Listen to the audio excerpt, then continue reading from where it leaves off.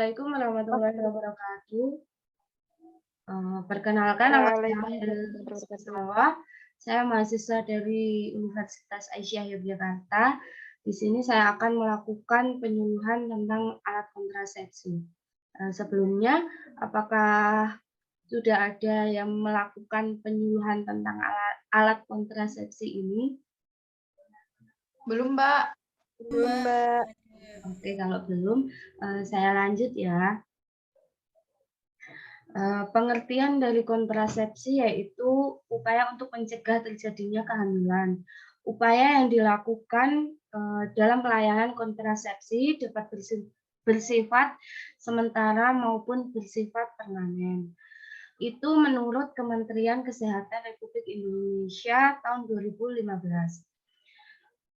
Selanjutnya yaitu ada macam-macam kontrasepsi. Yang pertama ada IUD. IUD merupakan singkatan dari intrauterine device atau alat berhuruf T dengan ujung seperti kabel yang dimasukkan ke dalam uterus wanita. Kemudian IUD itu terdapat dua jenis. Yang pertama tidak mengandung hormon, terbuat dari tembaga dan dapat bertahan hingga 10 tahun. Yang kedua menggunakan hormon. Perlu diganti setiap 5 tahun sekali. Ya, alat kontrasepsi yang kedua yaitu ada kondom. Metode ini terbilang mudah tanpa harus menanam atau memasukkan ke dalam tubuh. Yang ketiga yaitu ada kontrasepsi hormonal atau disebut dengan pil. Jenis KB yang satu ini bersifat sementara dan perlu dikonsumsi harian. Ada dua jenis pil KB yang mengandung hormon progeston dan mengandung hormon estrogen dan progesteron. Yang selanjutnya atau yang keempat yaitu implan. Implan ini menanam benda kecil di lengan bagian atas. Yang selanjutnya ada suntik KB. Suntik KB bisa dipilih untuk periode 1 atau 3 bulan. Yang terakhir atau yang keenam ada tubektomi. Tindakan ini menutup lubang falopi agar telur tidak dapat masuk ke dalam rahim. Tindakan ini memerlukan operasi. Yang selanjutnya ada cara kerja alat kontrasepsi. Yang pertama, cara kerja alat kontrasepsi IUD.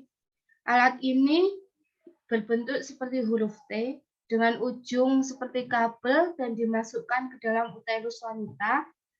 Pada IUD ini dengan hormon setiap harinya akan dilepaskan levonorgestrel. Cara ini membuat saluran serviks tidak memungkinkan sperma dan sel telur bertemu. Kemudian yang kedua yaitu kondom. Bisa dipasang pada penis pria untuk menjaga agar sperma tidak masuk ke dalam tubuh wanita. Yang ketiga ada kontrasepsi hormonal atau pil. Pil KB ini dapat mengentalkan lendir serviks sehingga mencegah sperma mencapai sel telur. Yang keempat ada implan.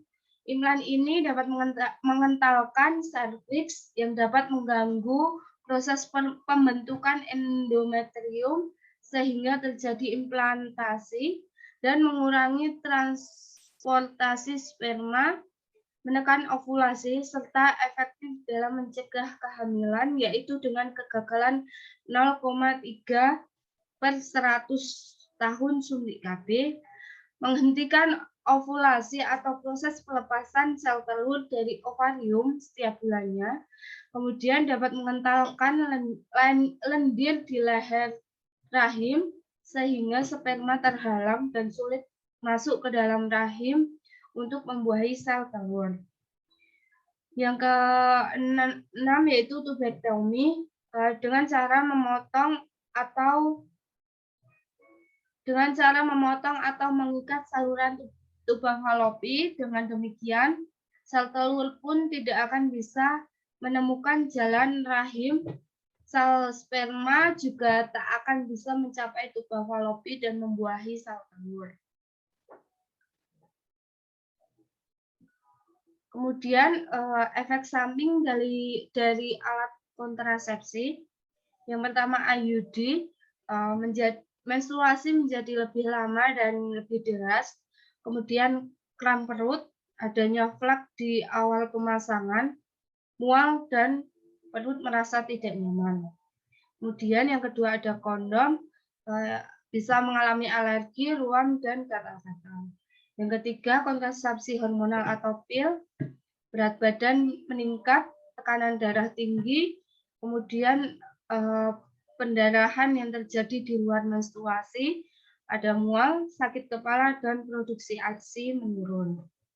Yang keempat ada implan, berat badan meningkat, menstruasi tidak teratur, rasa nyeri dengan tempat implan dipasang, dan kesulitan hamil setelah implan diangkat. Yang kelima ada suntik KB. Kemudian ada berat badan meningkat, perdarahan, kemudian ada sakit kepala, dan dapat berjerawat. Yang terakhir yaitu ada tubektomi, terjadinya perdarahan, adanya infeksi, dan nyeri panggul. Sekian penyuluhan dari saya. Apakah ada yang ingin ditanyakan dari ibu-ibu sekalian? Untuk saat ini belum ada, Mbak. Belum, Mbak. Belum, Mbak. Oke, kalau belum, saya akhiri ya. Terima kasih sebelumnya sudah memberikan saya waktu untuk penyuluhan ini. Assalamualaikum warahmatullahi wabarakatuh. Waalaikumsalam warahmatullahi wabarakatuh.